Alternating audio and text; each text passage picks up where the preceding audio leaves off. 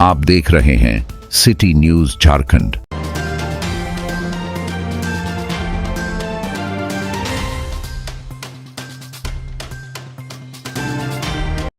दो 2025-26 के बजट उपस्थापन के उपरांत आयोजित इस संवाददाता सम्मेलन में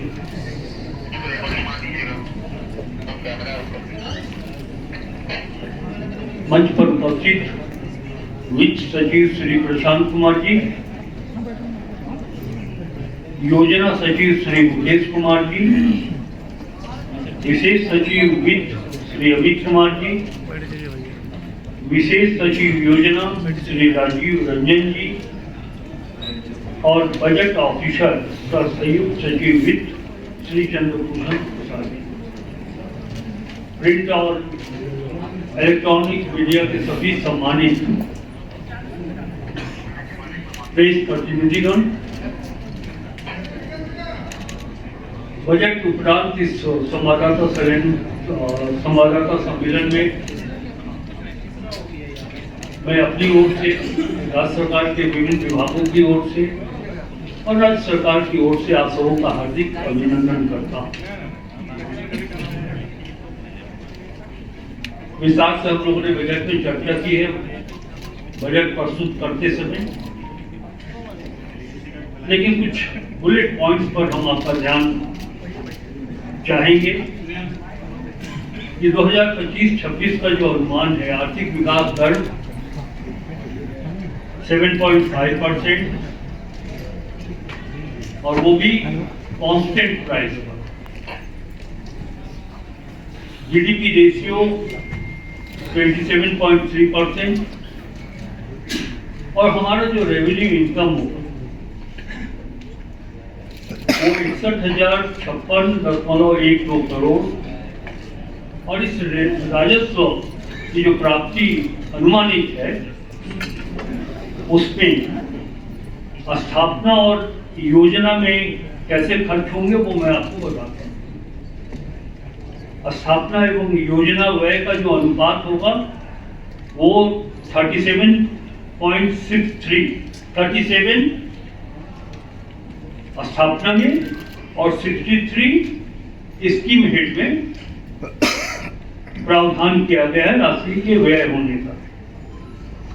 सरकार पेंशन पोस्ट में 832 करोड़ रुपए और जो जैसा कि आप लोगों ने जाना है, अवगत हो चुके हैं कि हमारा बजट का आकार 1,35,400 करोड़, 1,45,400 करोड़ जो चालू वित्तीय वर्ष 24-25 से लगभग 13% अधिक।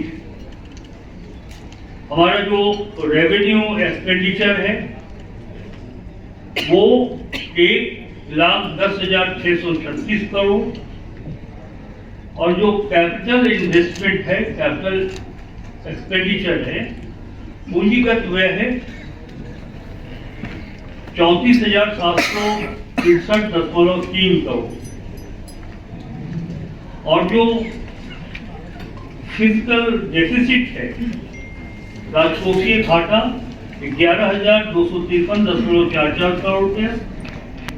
मैया समान योजना में सरकार की ओर से जो राशि दी गई 13,363.35 करोड़ और हमारा जीएसडीपी 55,710 कितना हो गई है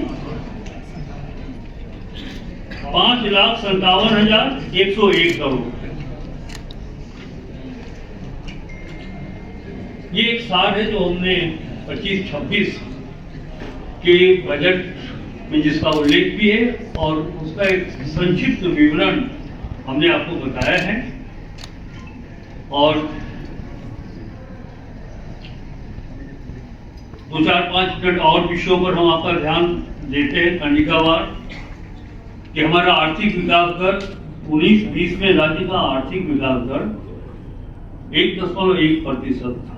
कोरोना काल में विषम परिस्थितियों को अपवाद माने तो वर्ष 2022-23 में अप्रत्याशित सुधार के साथ आर्थिक विकास दर 7.8% कांस्टेंट प्राइस रहा। वर्ष 23-24 में राज्य का विकास दर 7.5% कांस्टेंट प्राइस रहा तथा वर्ष 25-26 में जो अनुमान है वो 7.5% का।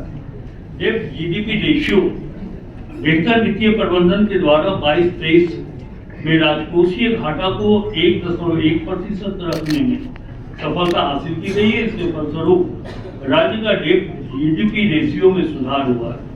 यथा वित्तीय वर्ष 21-22 में यह 30.2% था, वित्तीय वर्ष 22-23 में तथा 23-24 में क्रमशः 28.4 तथा 27.7% रहा। वित्तीय वर्ष 24-25 एवं 25-26 में क्रमशः 27.5% एवं 27.3% रहने का अनुमान है।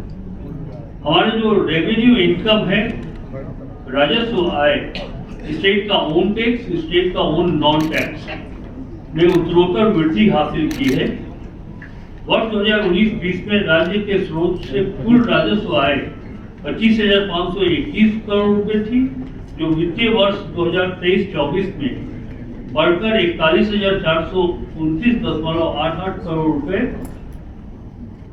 हो गई तथा वित्तीय वर्ष 25-26 में जो हम अनुमान कर रहे हैं, नीति आयोग या दूसरे आर्थिक संस्थाओं की मान्यता दी गई कि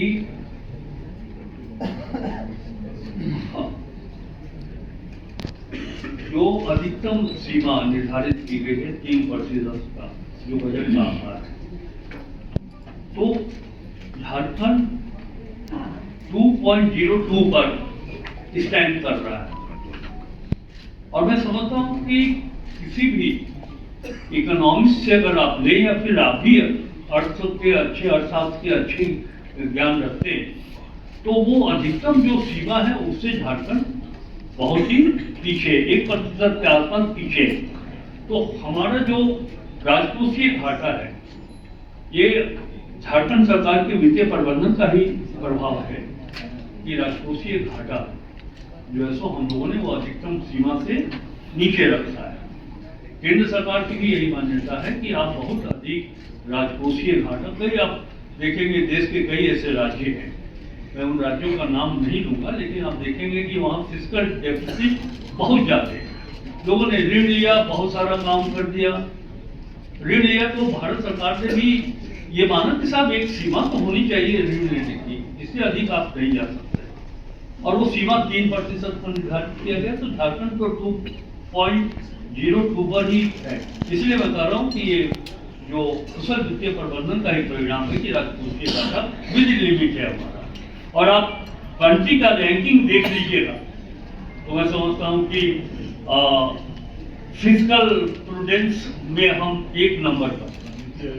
नीति आयोग ने भी इसे माना है और प्रशंसा भी की कि पूरे देश में झारखंड फिस्कल प्रूडेंस में पहले नंबर का स्थान प्राप्त करता है, और अचीवर स्टेट्स उपलब्धि पाने वाले राज्यों में झारखंड पूरे देश में 4थे नंबर पर।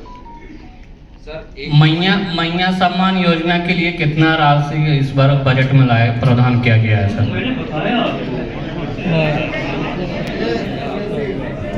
सर, एक सवाल है जी, बताएं सर। 13,000 एक उनको हो सकता है वो लेट से आए हों, तो 25-26 में आपने जानना चाहा है कि मैया सम्मान योजना पर कितनी राशि गणना की। लगभग 55 लाख लोगों को हम लाभान्वित करेंगे, लेकिन ये पूर्ण रूप से वही निर्धारित है, ये नहीं माना जा सकता है।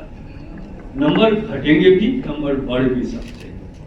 अगर नंबर बढ़े तो हम उस पर अधिक उत्पन्न करेंगे, अगर नंबर घटे तो यह 13,000 जो 306 करोड़ रुपया उसमें भी कमी आएगी। इसलिए नंबर अभी बता पाना या किसी भी अवसर पर बता पाना कि ये एग्जैक्ट नंबर क्या होगा वो संभव नहीं है।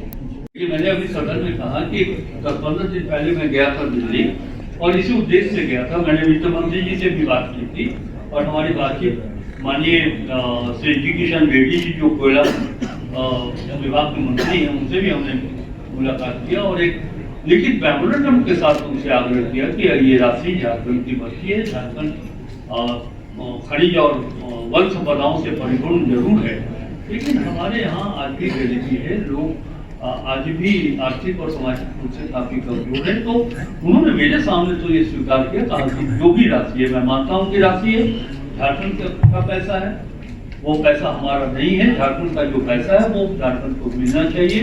उन्होंने स्वीकार किया, लेकिन एक चीज उन्होंने ये भी कहा कि ये तो आपकी मांग है, राज्य सरकार की मांग है कि 1,36,000 करोड़। अधिकारियों की टीम भेजकर देख लेना चाहते हैं कि जो 3 सेक्टर पर आपने कहा है कि इस पर पैसा बाकी है, हम भी उसका अध्ययन कर लेते हैं। तो मैंने उनको सुझाव दिया कि बेहतर होगा सर कि आप अपने विभाग के केंद्रीय टीम को रखें और साथ में उस टीम में, यानी कि एक ज्वाइंट टीम हो, हमारे राज्य सरकार के खनिज विभाग के भी अधिकारी हैं। तो उन्होंने स्वीकार किया, और जैसा कि हमको ज्ञात है कि 1 तारीख को कोई टीम गठित हुई, एक मार्च को ये टीम गठित हुई है। तो हो सकता है उसको संख्या और वो राशि और आगे बढ़ जाए, हो सकता है कि वो राशि और कम हो कुछ। तो जो भी फलाफल आएगा उसके जांच के बाद, आकलन के बाद, तो वो राशि उन्होंने कहा कि वो राशि हम चरणबद्ध तरीके से झारखंड को उपलब्ध कराएंगे। ये हमारे लिए भी चिंता का विषय है, और जब मैं बिहार में विधायक हुआ करता था तो इस विषय को मैं बराबर रखता हूँ। मैंने ये देखा है कि कई ऐसे विकसित राष्ट्र, जैसे आप बात कर रहे जापान का, तो वहाँ 60% फॉरेस्ट है और 40% पर बाकी कल कारखाने हैं, इंफ्रास्ट्रक्चर है। तो मुझको ये आज भी लगता है, और मैं इस बात को स्वीकारता हूँ कि जो वन होना चाहिए 1/3 33% टोटल एरिया का, वो झारखंड में नहीं। ग्रेजुअली अगर आप 1950 से तुलना करते चले गए तो आप देखेंगे कि वो वनों की कटाई हो, वनों को क्षति पहुंचाया गया, और धीरे धीरे शुद्ध जो प्योर फॉरेस्ट है वो प्योर फॉरेस्ट में बहुत कमी आई। और जो देखिए गौर करिएगा, मैं कह रहा हूँ प्योर फॉरेस्ट, जंगल झाड़ को भी फॉरेस्ट माना जाता है, लेकिन जंगल झाड़ का जो फॉरेस्ट है, जंगल झाड़ का जो फॉरेस्ट है वो हमारे जलवायु को बेहतर बनाने में वो सपोर्टिव नहीं होते। प्योर फॉरेस्ट पर व्यक्तिगत रूप से ये हम चिंता करते हैं कि प्योर फॉरेस्ट होना चाहिए। 33% जो हमारा एरिया लैंड है टोटल, उसमें 33% में फॉरेस्ट होना चाहिए, ये हमारे लिए भी चिंता है। और हाँ, आप देखेंगे कि जब राज्य अलग हुआ था तो ये 22%, 23% था, तो मुझको याद है। हाँ, आज हम बढ़कर से 33% पर पहुंचे, 30% पर, सॉरी 30% पर हम पहुंचे। आज जो वनों का आच्छादन है, क्षेत्रफल है, वो 30% के आसपास। अब हमें कोशिश ये करनी है, आपके मन में ये वनों के प्रति और जो क्लाइमेट के प्रति जो इतना लगाव है, बिल्कुल सही है। मैं मानता हूँ इस बात को कि ये जो फंड का एलोकेशन है वो फॉरेस्ट के ऊपर कम एग्जेक्ट होगा। इस पे पैसे की कमी, मैं बता दूं कि पैसे की कोई कमी सरकार के पास नहीं है। कुछ डिलीवर करने में टेक्निकल प्रॉब्लम्स आते हैं जिसके कारण ये विलम्ब हो रहा है। कई जिलों में ये बात सामने आ रही है कि कुछ ऐसे लोग हैं जो इसकी आज्ञा पूरी नहीं करते हैं, उसे भी देखा जा रहा है। लेकिन जैसा कि सदन के अंदर संबंधित विभाग के मंत्री ने ये कहा है कि मार्च होली के पहले ये राशि उनके खाते में उपलब्ध करा दी जाए। सर, अब बजट का नाम सर अगवा बजट रखा गया है, और जो आपका स्पीच था, मैंने कई अवसरों पर सदन के अंदर और सदन के बाहर भी ये बात कहा है कि ये 5वां वर्ष झारखंड के लिए चुनावी वर्ष होता है। 2 चुनाव को देखना पड़ता है, एक लोकसभा का और दूसरा विधानसभा का चुनाव। और जब दोनों चुनाव इस 5वें वर्ष में होते हैं तो 5-6 महीना तो लग जाता है आपको मॉडल कोड के कारण, जिसपे हम हमारा सोर्स ऑफ इनकम जो है, हम रेवेन्यू कलेक्शन भी उस 5-6 महीने के दरमियान में हम थोड़ा पीछे रहते हैं, रेवेन्यू एक्सपेंडिचर में भी हम थोड़ा पीछे होते हैं, बिकॉज की मॉडल कोड प्रभावित करता है। लेकिन जैसा कि हमने कहा कि ये 4-5 महीना उसमें निकल जाता है, तभी हमने कहा है बजट के माध्यम से कि जो योजनाएं लंबित हैं या फिर जो हमारा 25-26 का लक्ष्य है वो 25-26 में हम लोग पूरा करें।